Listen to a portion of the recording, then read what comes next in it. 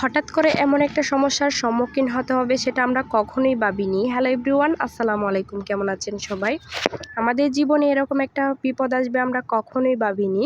হঠাৎ করে আমাদের এই ছোট্ট বাবাটার একটা সমস্যা দেখা দিয়েছে, আর সেটা হচ্ছে ওর ২ পায়ের হাড় দিন দিন বাঁকা হয়ে যাচ্ছিল। আর আমি আর আমার হাজব্যান্ডের লাইফে আমরা কখনোই কাউকে এই ধরনের সমস্যার সম্মুখীন হতে কখনো দেখিনি। তাই আমরা অনেক ভয়ে ছিলাম। তারপর আমরা অনেক খোঁজাখুঁজির পর একজন ভালো অর্থোপেডিক ডক্টর দেখাই, যিনি কিনা এগুলার চিকিৎসা করে থাকেন। তো ডক্টর ওকে দেখার পর কিছু টেস্ট পরীক্ষা করাতে বলে। তো টেস্ট পরীক্ষা করার কিছুদিন পর রিপোর্ট আসে, আর ওই রিপোর্ট অনুযায়ী ওকে ২ পায়ে ২টা ব্রেস আর কিছু মেডিসিন দেয়।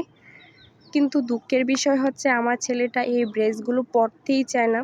আর ব্রেস পরলে সে তো অনেক কান্নাকাটি করে, আর বিশেষ করে রাতের বেলা ঘুমানোর সময় এগুলো পরাতে বলা হয়েছে।